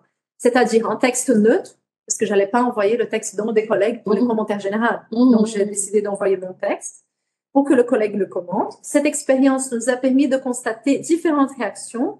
Les collègues plus âgés, comme les professeurs émérites, ont adoré l'exercice. Et l'un d'entre eux, qu'on connaît bien dans notre projet, c'était Karen, a commenté pratiquement chaque paragraphe. Et c'était très intéressant ce commentaire parce que c'était d'ordre méthodologique, d'ordre linguistique, d'ordre théorique, mais aussi il a enrichi le texte avec plein de références parce que c'est lui qui l'a. Mais c'était le genre de contribution qui vraiment enrichit le texte. Donc c'était très intéressant et m'a permis aussi de lui répondre parce qu'il questionnait même l'utilisation de mots qu'on avait décidé ensemble. Donc, à ce niveau-là, du point de vue épistémologique et tout, on a vraiment une discussion qui, honnêtement, pour moi, c'était très enrichissant. Suite à ces retours, il y a eu aussi des collègues, par exemple, qui ont fait des commentaires sur la partie où j'ai décrit leurs travaux. Donc, je vais décrire. Il y a 3 parties de livre, chaque chapitre, nanana. Et donc, ils ont fait un commentaire à ce moment-là. Mon chapitre, les résultats du travail que j'ai fait, je ne sais pas où, je ne sais pas quand, il y a cet article aussi. Donc, suite à ces retours, nous avons décidé de créer une vidéo en partenariat avec le pôle audiovisuel et multimédia de Lyon 3, qui ne se limite pas à un tutoriel sur la manière de faire des commentaires, comme dans le livre américain de 2013, mais qui présente le projet et invite différents acteurs à commenter le texte. Par exemple, pour nous, ça serait intéressant de ne pas avoir que des universitaires, mais des bibliothécaires, des archivistes, des associations, des éditeurs. Donc, c'est notre but. Maintenant, on est dans la phase de la communication autour de ces livres. Donc, finalement, nous sommes passés en parallèle à une 3e phase de diffusion pour laquelle j'ai eu un stagiaire de master aussi, qui consiste à envoyer des messages à des chercheurs spécifiques, professeurs, doctorants, étudiants en master, éditeurs, bibliothécaires, qui travaillent sur chaque chapitre. Donc, j'envoie le chapitre, pas le livre. J'envoie la vidéo de présentation et le chapitre spécifique. pour leur demander leur collaboration et leurs commentaires sur le texte ou leur proposer de travailler sur l'un des textes en classe avec des étudiants en master ou en doctorat. Je pense que ce serait la façon la plus facile d'avoir des commentaires, mais aussi d'engager les collègues. Et là, j'aimerais juste citer une expérience que j'avais développée en ce sens. Mabrouka, elle connaît aussi, mais c'est ce projet-là, Agadepli, Histoire de la dictature pour les apprenants en langue du portugais. Et pour ce projet, on n'a eu aucun financement, donc c'était juste le réseau qui l'a fait. On l'a travaillé entre 2021 et 2022 avec 3 universités en France, Guyane, Paris-Nanterre et Lyon 3. Et on a réussi à engager 75 étudiants autour de la traduction et lecture de textes. Donc, c'est ce genre de réseau et de dynamique qu'on aimerait maintenant engager sur ce texte-là du projet COS. Je vais vous donner un exemple pour que ça soit plus concret. Par exemple, on a un article ici, celui-ci s'appelle Carolina Maria de Jesus, interprète du Brésil. Carolina Maria de Jesus, c'était une écrivaine noire brésilienne qui a écrit dans les années 60 et ensuite pendant la dictature militaire brésilienne. Elle a été traduite immédiatement par les éditions des femmes en France, dans une maison d'édition engagée, dans les années 70. Et aujourd'hui, il y a 2-3 ans, on a traduit également vers le portugais un livre qui a été écrit par une femme qui s'appelle Françoise Egas, qui elle raconte dans les années 60 comment la lecture de Carolina Maria de Jesus lui avait impacté en tant que femme noire française. Donc, tout circule à ce niveau-là. Ça, c'est les genres de textes qui peuvent être facilement travaillés en cours, en master ou en doctorat, et où les étudiants peuvent enrichir l'argument avec par exemple, des noms d'associations qui travaillent sur les sujets, des noms d'autres relectures qui ont été faites à ce sens, des noms d'autres traductions intéressantes au niveau de la question raciale, par exemple. Donc, voilà comment c'est. On n'entend pas de commentaires forcément hyper savants ou théoriques, mais justement de créer ce réseau étudiants, enseignants, associations, bibliothécaires. C'est ça les buts du livre. J'espère de tout mon cœur parce que j'aime beaucoup cette idée, en tout cas, de faire communiquer tous ces niveaux. Enfin, et ça, c'est mon dernier paragraphe. Je ne vais vous embêter plus. Mais enfin, la phase suivante consisterait à organiser, et ça, je dois avouer que j'ai eu cette idée en parlant avec la responsable de la com de la faculté des langues, Célia Jamen, organiser des sessions de commentaires collectifs, comme vous avez fait, comme tu as montré aussi, mon cas, en invitant différents publics intéressés par le sujet à assister à une présentation du livre et à faire les commentaires pendant les sessions. Pour l'instant, l'objectif d'étendre le réseau grâce à la publication du livre a pris effet, mais les annotations restent un défi car nous pensons qu'elles devraient être organisées dans des sessions avec un temps déterminé pour être réalisées sur place. Cependant, je pense que plus nous aurons de commentaires, plus les lecteurs se rendront compte de différentes formes et contenus qui peuvent être consultés pendant les livres les dialogues et répondant peut-être cette manière à la question qui nous a été posée en 2021 par les collègues du laboratoire de Marche. Je crois que cette manière multiple de collaboration en ligne est une forme qui dialogue avec les principes mêmes des études postcoloniales et décoloniales, mais faire communiquer des collègues dans les 2 langues, portugais et français, reste un grand défi. Merci pour votre attention. J'espère avoir pu pour la public.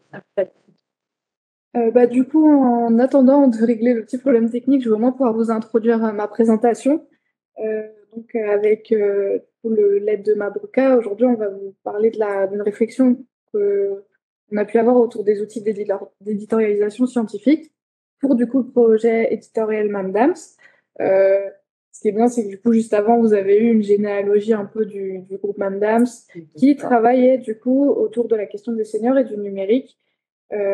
Donc, les recherches sont faites en 2020 et actuellement, on est sur une réflexion sur la manière dont le projet va être publié et surtout éditorialisé avec du coup cette idée de pouvoir un petit peu innover autour de la question et surtout une réflexion autour de la multimodalité et intégrer du coup la recherche d'une manière un peu différente. Ce qui peut être intéressant pour commencer cette présentation, c'est pour un peu comprendre aussi la philosophie du groupe. c'est de vous présenter le logo qui a été designé du coup par moi avec l'aide de Mabroka, et surtout cette image de la constellation que je trouve intéressante et qui va revenir en fait à un autre moment de ma présentation. Là, comme vous voyez apparaître à l'écran, c'est la constellation du phénix. Donc le phénix, c'est un animal mythologique qui est un oiseau qui, quand il meurt, renaît de ses flammes, de ses cendres. Et je trouve que c'est une image aussi de la longévité qui va à la fois en rapport avec ce groupe qui est là depuis 2020 et dont la recherche en fait continue euh, avec les années, donc sur le long terme, mais aussi avec du coup tout l'objet de la recherche sont les seniors, comment ils vivent leur vieillesse, leur autonomie, et donc cette idée de la longévité qui est intéressante surtout à l'heure actuelle. Aussi, l'image de la constellation en elle-même, elle est intéressante, surtout dans le design qu'on a choisi là, parce que en fait, on voulait montrer à la fois le groupe, Mamdams, et aussi l'individualité de chacun des chercheurs. C'est pour ça qu'on a un design d'étoile qui est un peu différent à chaque fois. C'est vraiment montrer que chaque personne est unique et différente et montre une autre manière, montre leur propre manière de chercher, leur discipline, mais que tout s'intègre en fait ensemble. Donc c'est pour ça qu'on a eu l'idée de l'image de la constellation qui se lie en fait les uns aux autres. Juste, je me connecte. Ok.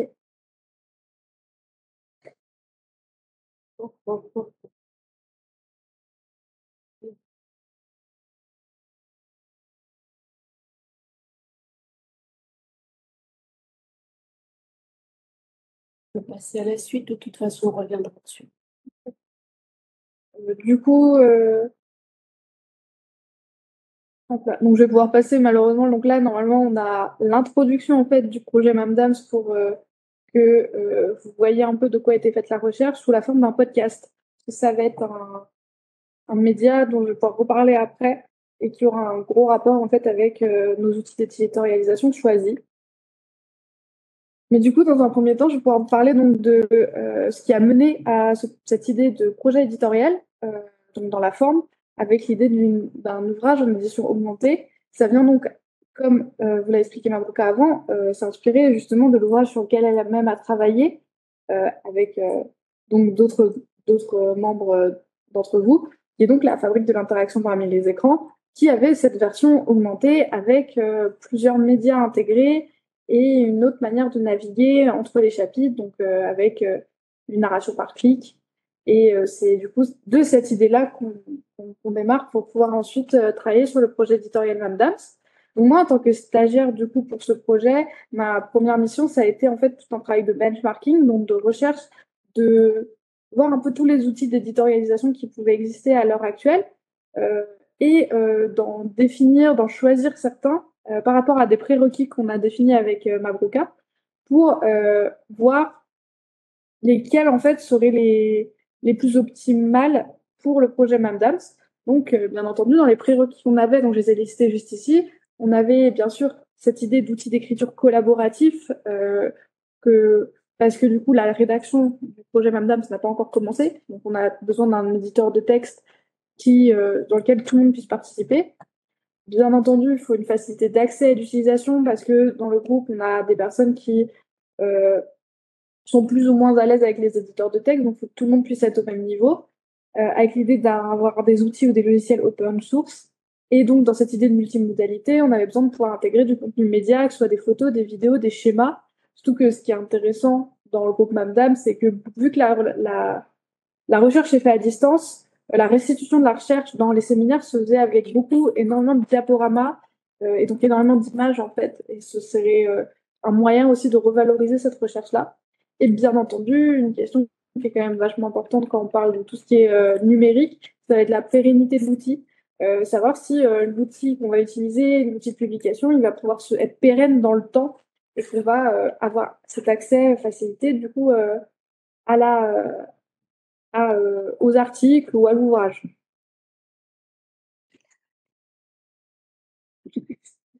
Alors du coup, c'est bon, on va pouvoir vous introduire en fait directement le projet Mamdams par la voix de Mabroka et sous la forme en fait du coup d'un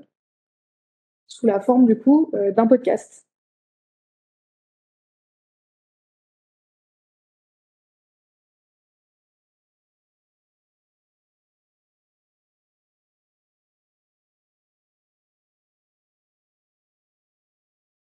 Je vais copier le Non, Ah oui.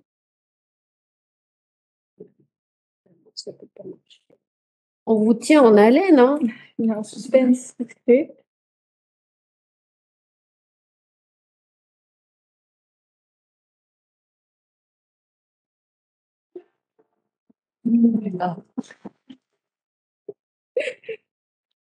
Est-ce que les tablettes, les commandes vocales disponibles dans les boutiques répondent aux besoins des seniors? Ces objets les aident-ils à mieux communiquer avec leur entourage? Facilitent-ils la réalisation des tâches quotidiennes? Des chercheurs français, suisses et canadiens se sont réunis pour échanger ensemble en 2020 sur ce sujet. Ils ont souhaité faire participer les seniors à leur projet, mais le confinement n'a pas permis cette rencontre. Celle-ci aurait pu répondre à la question d'un chercheur hollandais il y a une décennie. Il se posait la question suivante. En 30 ans de développement technologique, on constate que ces objets ne sont pas présents dans les domiciles des seniors. Pourquoi? C'est le point de départ de ce travail de recherche.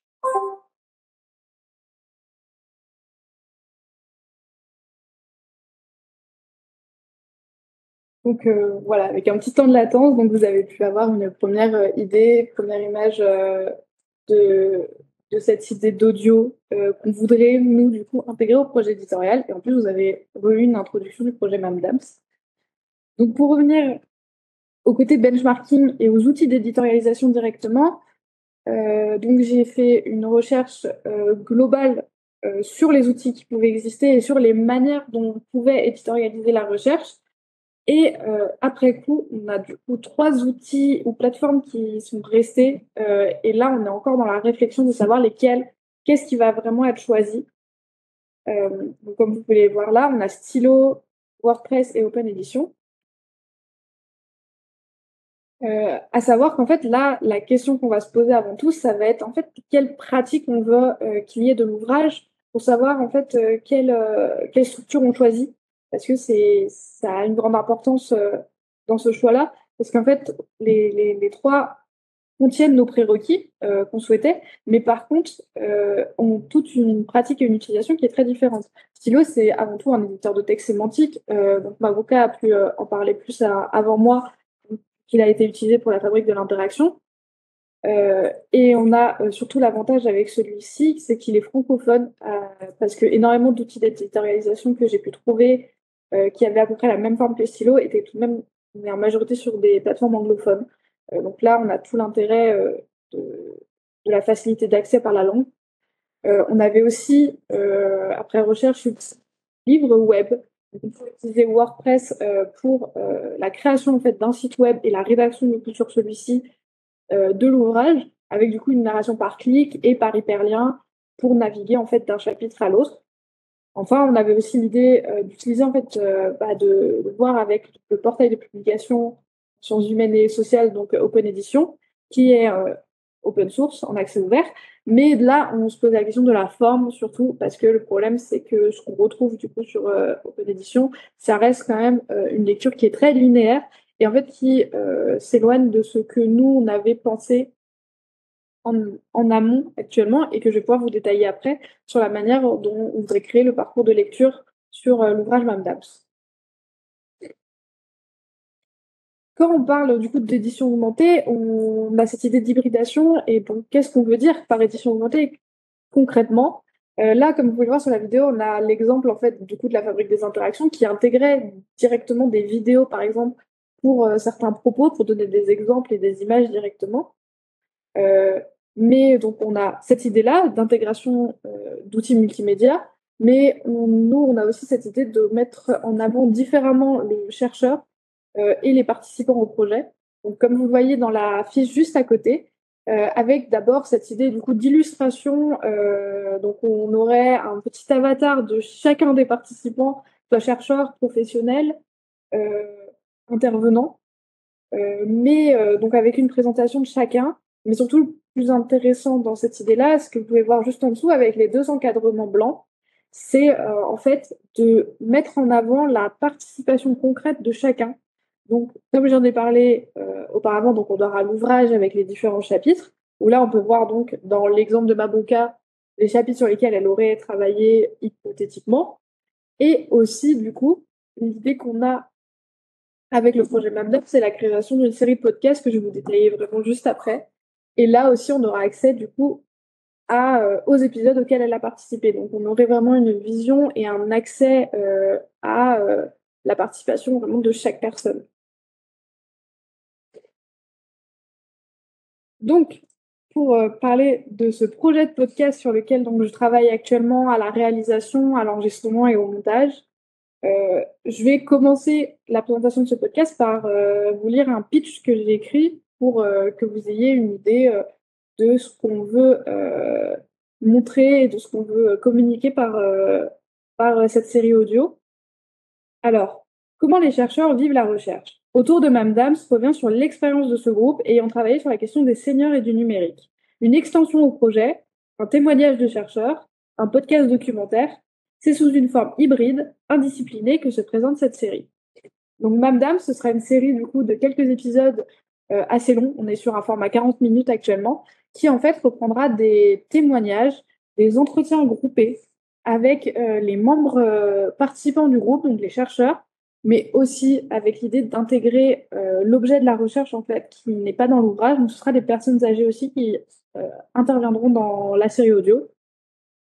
Donc c'est un récit non fictionnel, ce sera avant tout sous la forme donc d'entretien, avec peut-être donc l'ajout d'une voix off qui fera fil rouge, et aussi un travail en fait autour de l'ambiance sonore pour que le podcast ait une vraie identité audio. Et donc pourquoi on a décidé de ce format-là? Avant tout, la première question qui s'est posée, on avait pensé aussi à des entretiens filmés, à des interviews. Mais sachant qu'on filme des chercheurs, qu'on filme des personnes âgées, pas forcément des personnes qui sont habituées à l'œil de la caméra. Et donc, le son, ça permet d'entrer plus profondément dans les sujets, la personne est plus à l'aise et ça permet vraiment de pouvoir discuter et aussi de prendre le temps avec des entretiens qui peuvent être longs, comme j'ai dit, ce sera des épisodes de 40 minutes. Ce format, il va aussi du coup nous permettre, donc c'est cette rencontre avec le jeu de la recherche qui manque en fait au projet, comme on a dit, à cause du Covid et de que la recherche soit faite en distanciel, il n'y a pas pu avoir d'entretien direct avec les personnes âgées.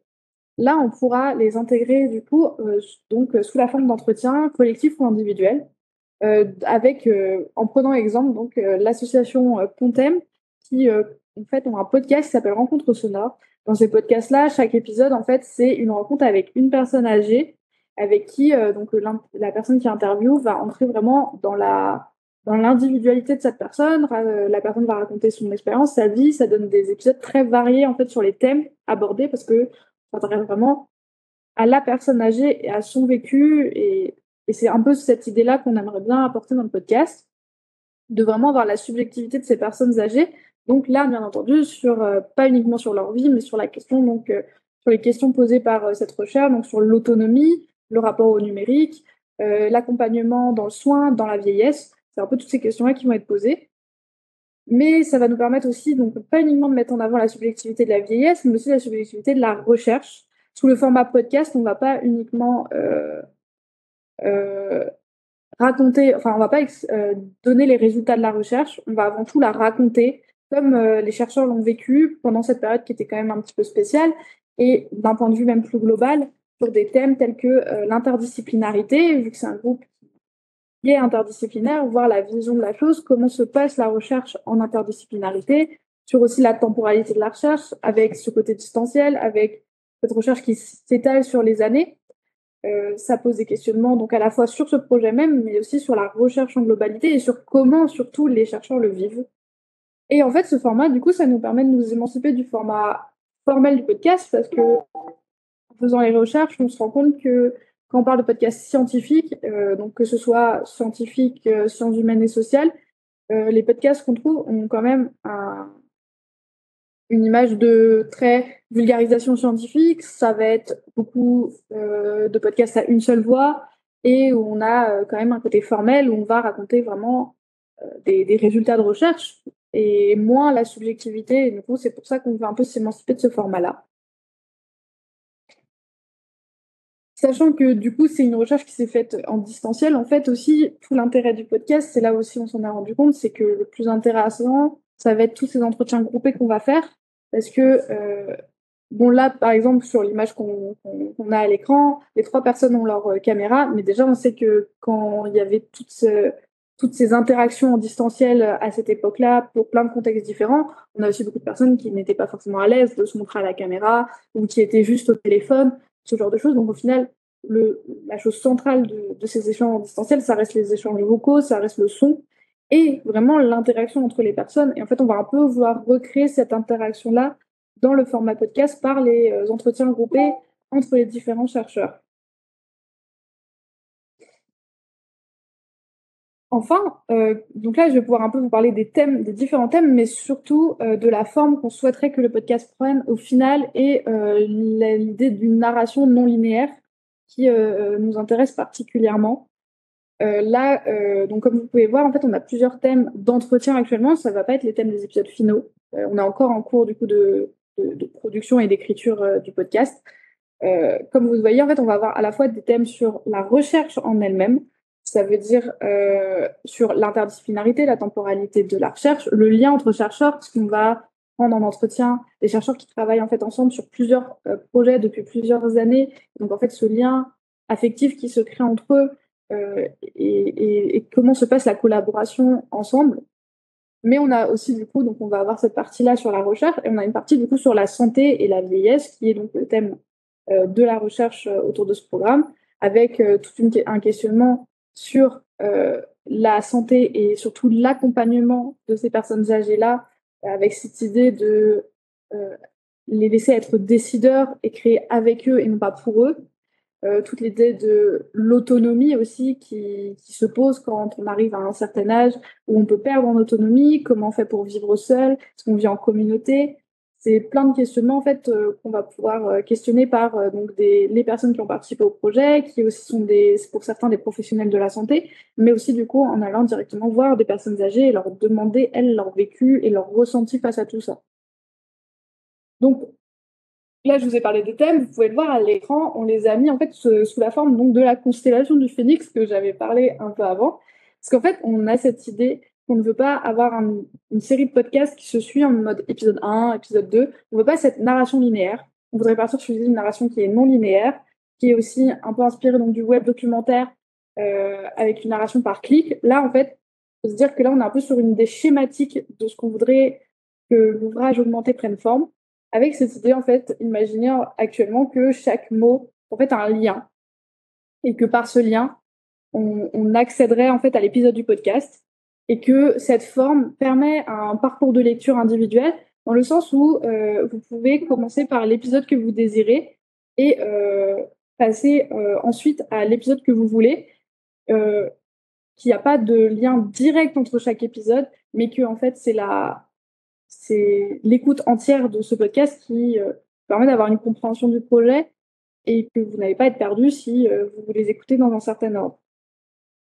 Et d'ailleurs, cette idée-là, en fait, on veut la garder même avec les chapitres du livre. Donc là, vous voyez, on a toujours le même schéma, on a toujours les mêmes thèmes de podcast, mais j'ai ajouté en fait les chapitres du livre pour représenter cette idée-là que on veut que la lecture, vraiment, elle puisse se faire à la fois donc par les enregistrements de podcast et la lecture du livre, ça puisse s'entremêler, on puisse avoir vraiment la lecture qu'on souhaite, on peut juste décider de lire le livre, juste écouter les podcasts, on peut écouter un podcast, lire un chapitre en quinconce ou faire l'un puis après l'autre.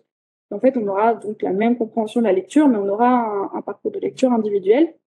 Et donc, pour imager ça, je vais prendre l'exemple, en fait, si vous cliquez par exemple sur le podcast sur l'interdisciplinarité, vous arriverez donc sur, donc là c'est très schématique, vous arriverez donc sur le lecteur qui vous permettra d'écouter le podcast. Sur le côté, vous aurez donc ces fiches avatars que je vous ai présentées précédemment. Donc toujours là, on est sur l'exemple toujours de Mabroka. Et en fait, l'idée, ça va vraiment être de créer des va-et-vient dans la lecture et de s'éloigner de ce côté de lecture linéaire. Parce que, pour expliquer, comme j'ai dit, sur les fiches, on aura les épisodes de podcast, les chapitres sur lesquels les personnes ont écrit. Et en fait, ce seront aussi des liens. Ça vous permettrait d'aller directement sur le chapitre auquel aura participé Mabroka à l'écriture.